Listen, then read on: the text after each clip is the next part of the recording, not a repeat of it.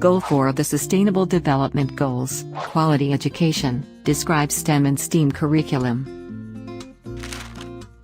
There are currently two educational approaches to teaching children in the U.S., the STEM curriculum and the STEAM curriculum. STEM focuses on educating students in 4 specific disciplines: science, technology, engineering, and mathematics. STEM incorporates these principles into a cohesive paradigm that encourages motivation, engagement, and employs real-world applications. STEAM adds the arts to education and uses the 5 points to guide student inquiry, dialogue, and critical thinking. STEM supporters believe that curriculum naturally involves the arts. Examples include product design and the communication skills needed for language arts. STEAM supporters say incorporating the arts into the other disciplines devalues arts' importance. These two forms of teaching are not too different from each other. Exploring opportunities where art naturally fits into the STEM narrative can help create a healthy balance. Treating art as an applied subject, such as math and science, will give students a new discipline to learn that can also be applied to real-world situations. Design classes can help students learn how to create logos and organize information into presentations. Performing arts, like drama and speech, can help translate into technical writing and persuasive writing skills, which are abilities used in technology-driven and marketing career fields. Creative planning calls for students to use the right side of their brain to think outside of the box, which can come in handy when needing to create content and innovative thinking. Science, technology, engineering, the arts, and mathematics are all important factors that make up the curriculum. Being able to learn about all of them will lead to well-rounded and versatile professionals.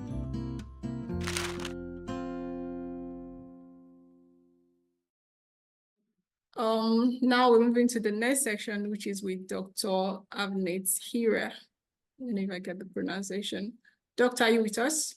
Yes, I'm here. You should see me. Hi. Yes, you can see you. Thank you so much for joining us. And before you take over this section, let me quickly introduce you to our audience. Dr. Avneet Hira received a PhD in engineering education and MS in aerospace engineering from Purdue University, that's in India, and a bachelor in education in aeronautical engineering from Punjab Engineering College. Our research, which is in engineering education, focuses on affordances of technology, humanistic design, and engineering epistemology. Our work is inspired by making and tinkering practices, especially those from different local knowledge systems. She currently works as an assistant professor at the Department of Engineering, Boston College, United States. Welcome so much. Welcome, and thank you so much, Dr. Avneet, for joining us. The floor is yours. You can share your slide and I'll start your presentation. Thank you. Okay, great. I'll get us started. Hello, everyone. Thank you so much first for the invite and the introduction.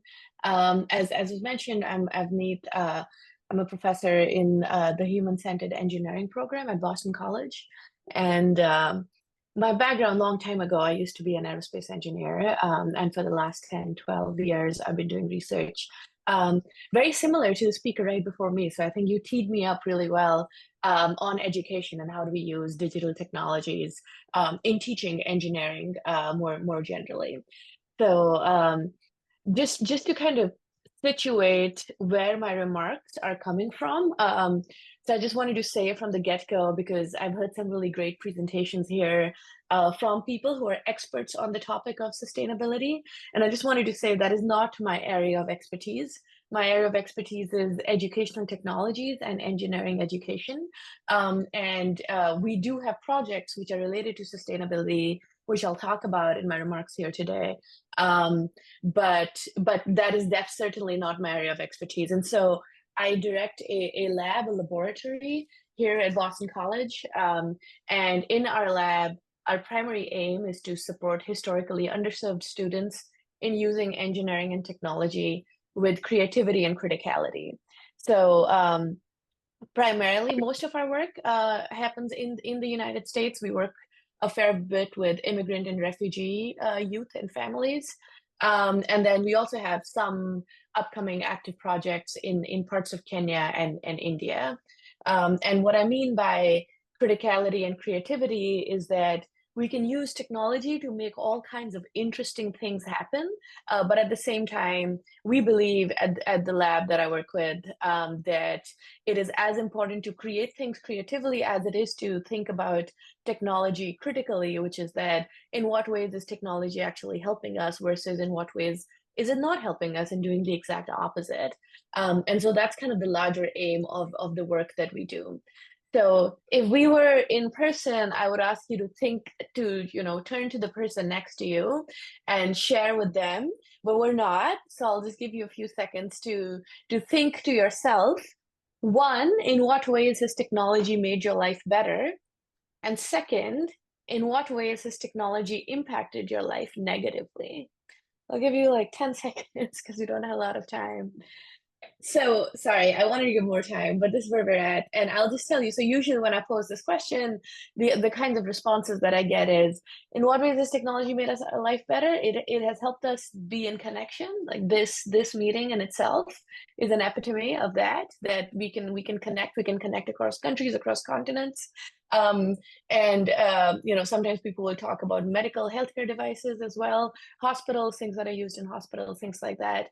And then the ways in which technology has impacted us negatively, oftentimes issues around phone usage, distraction, being too connected, negative impacts of social media are the types of things that will oftentimes come up, right? And again, depending on who you are, what stage of life you're at, the answers to these things will be different.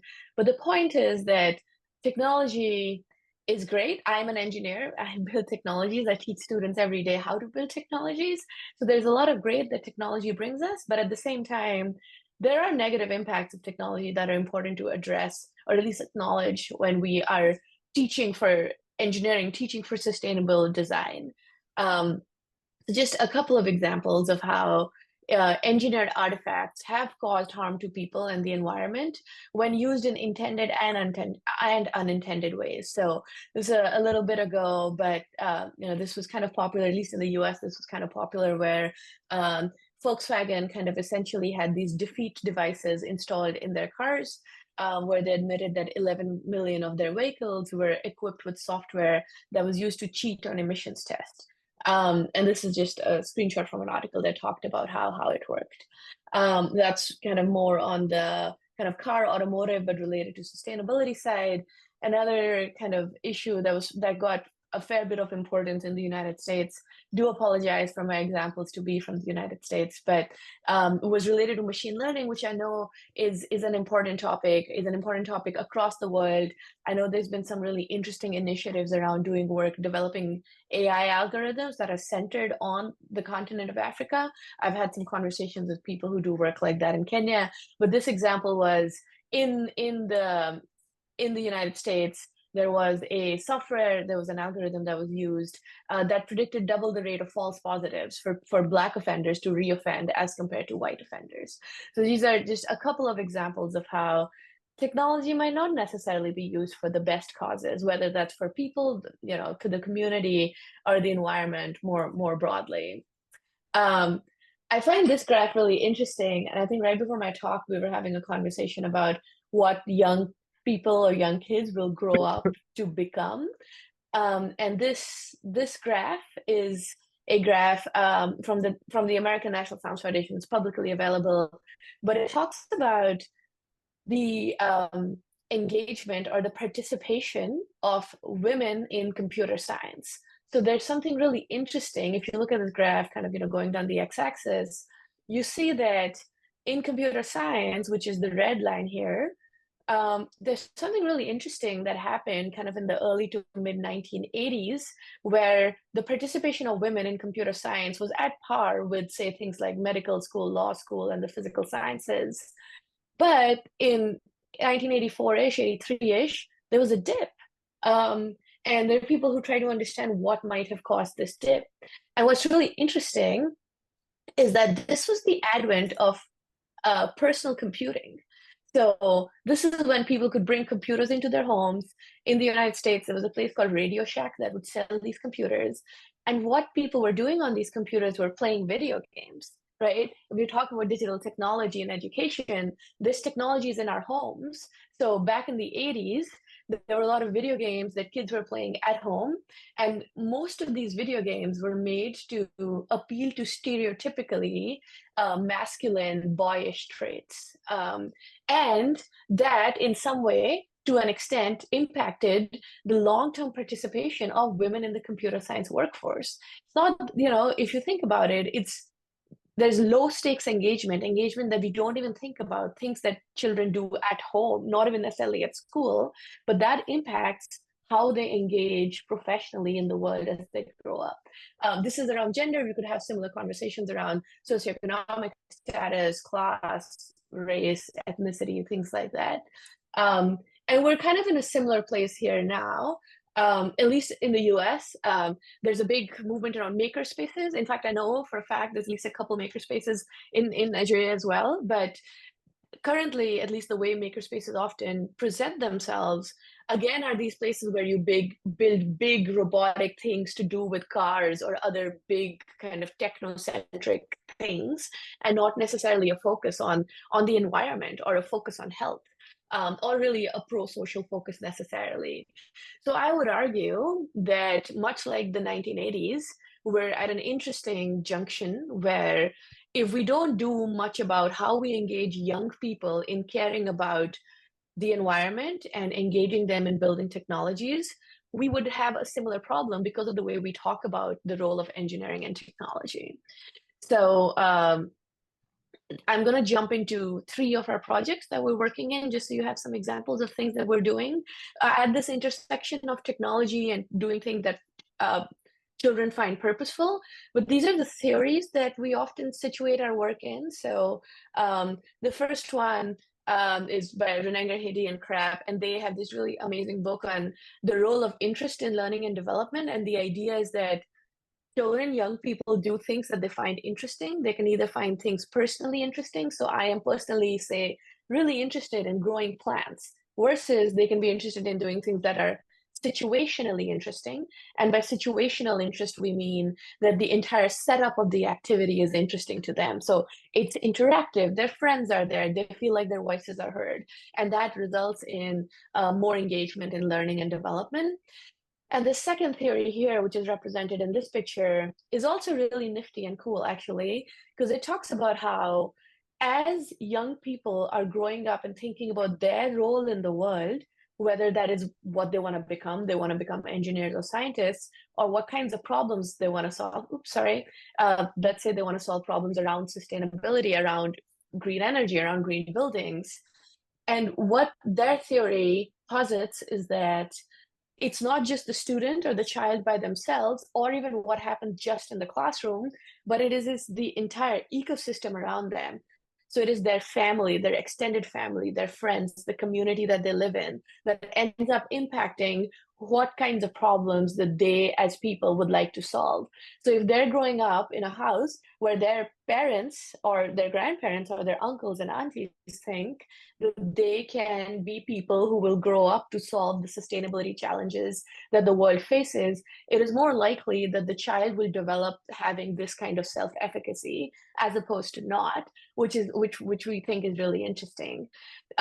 So based in these three, and kind of fueled by issues of access to technology, some kinds of knowledge systems being more important than others. I really like the question earlier in the chat about cultural sensitivity, and a lot of our students feeling a lack of belonging because traditionally, I mean, just in the US, we can say, but I think this is true for the rest of the world. There are certain types of people or people with certain types of background who are more likely to become people who become engineers, solve these problems, work on sustainability related challenges. So keeping all of these in mind, we have a few different projects that we work on in my lab, and I picked the three that are perhaps more relevant to sustainability and the mission of the Green Institute as I understand it. Then the first one is around using augmented reality. This is kind of interesting. It uses CoSpaces, which is a free platform online you can use if you're an educator. You can make a class of students. You can make a class. You can send it to your students. It runs in a browser as long as you have internet accessibility. It can work. But the idea here is that we have now worked with them for over 3 years, actually coming to 4 years. And it is a camp setting. So after school, students come, they hang out in this camp setting. It's called an after school STEM club. And they create what they think would be sustainable cities of the future. So in design sciences, there's this interesting methodology called speculative design, in which we speculate what the future can be in terms of imagining alternate futures than where we think our future is currently headed. So we've been working with these kids to develop alternate versions of what their own towns can look like. And we collect data, we have pre-post surveys, interviews, observations, things like that. I won't get too much into the research unless people have questions on that. But what we've been finding in this work is that we have 2 students at all points. So we usually have more students, like about 40, well, depends on the day. We have anything between 15 to 30 students usually. But we have 2 people work together. We call it a dyad, and we have them work on a sustainable city together.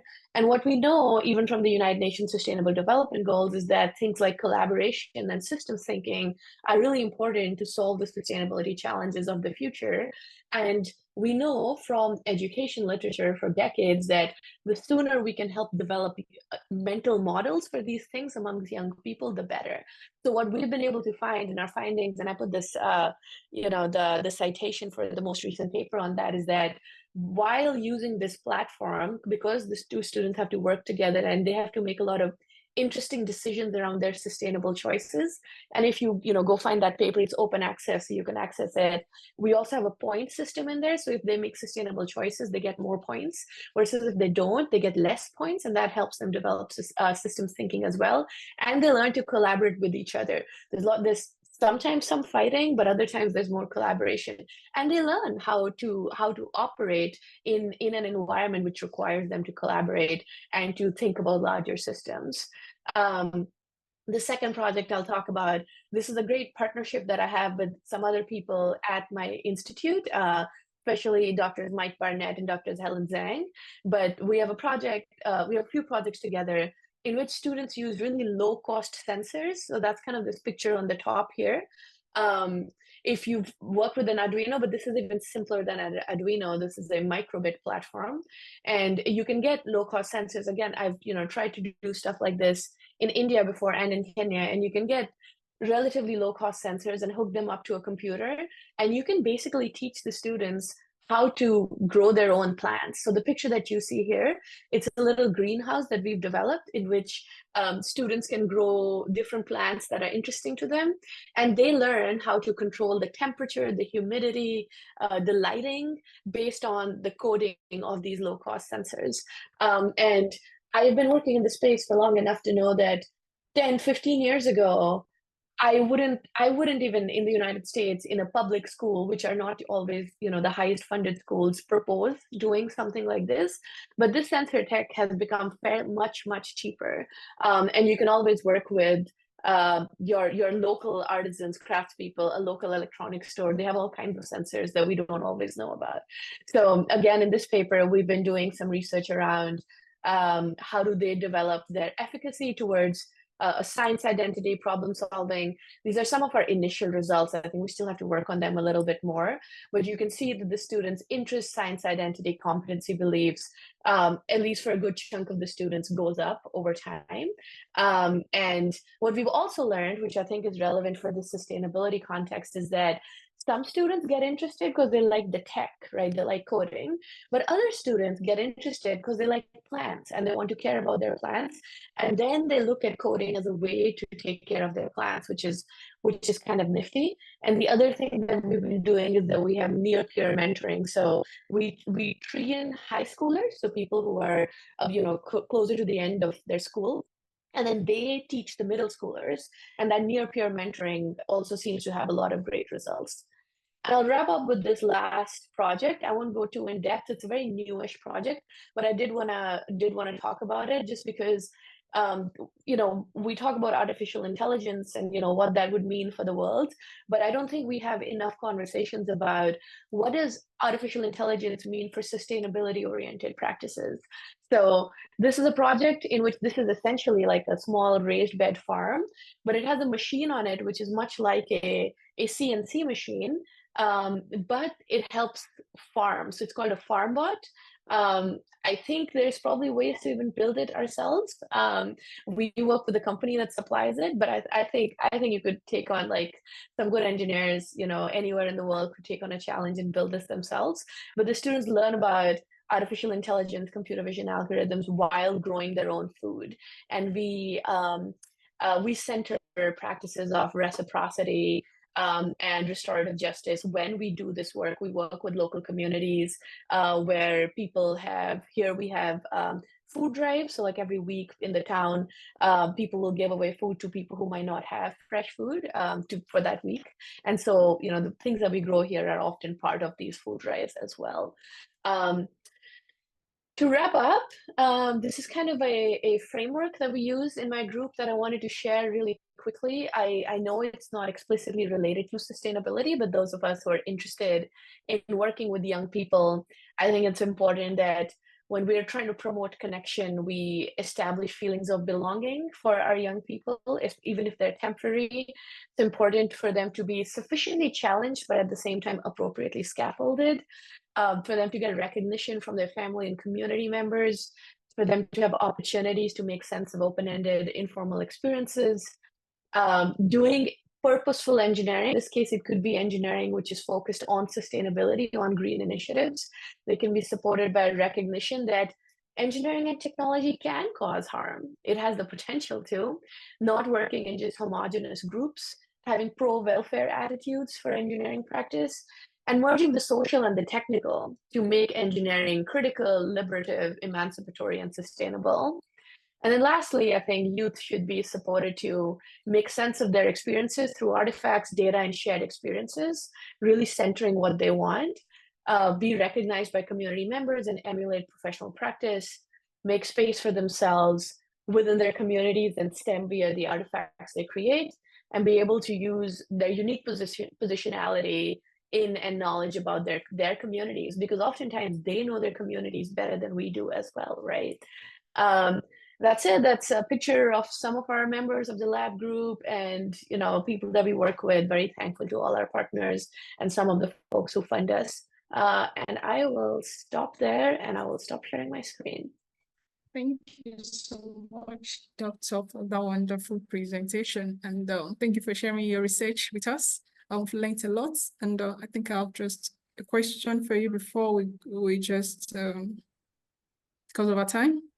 There's a question from Peter. He's asking, in creating a mental model for system thinking, how do you ensure that people are not completely detached from their everyday surroundings reality, while at the same time creating augmented reality or alternate future?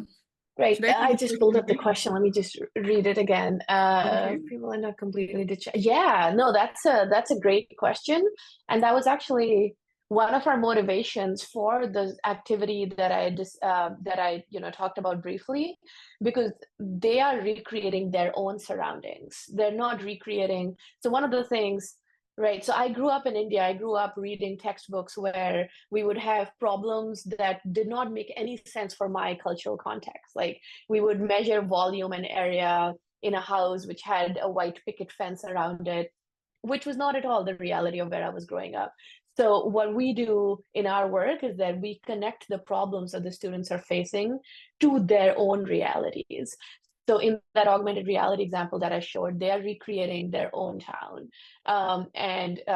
Even in the greenhouse example with the low-cost technology, the Internet of Things platform, again, they're growing food that is relevant to them.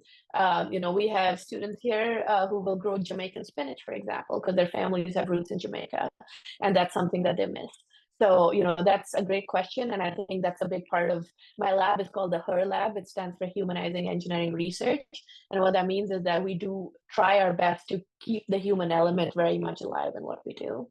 So thanks. Thank you so much, Doctor, for that response. There's another question because of our time. I don't think, okay, let's just take it. From Samprit. Samprit is asking, is saying, there are different ways in which accountability can be imposed onto countries. There is a growing movement to, so the question is, I'm not sure it's a question, I think it's just, it said, during your presentation, you have mentioned that the implementation is in Kenya severally. Can you share which university you're planning to visit in Kenya? You mentioned that you're working in Kenya at the moment. Yes, of course. Yeah, so my primary partnership in Kenya is with Garissa University. So they're in northern Kenya. We visit at least 2 times a year. I was there earlier this year in May. In May, as you might remember, there were big floods. And so we stayed in Nairobi, and there were people who were able to come down. But before that, I think I was there last year in October, and I was able to go visit in Garissa as well. But we're trying to figure out some projects with them further. Right now, we have a project which centers sustainability education and peace building around the Garissa County area. But that's that project. Yep. Yeah, thank you so much for that.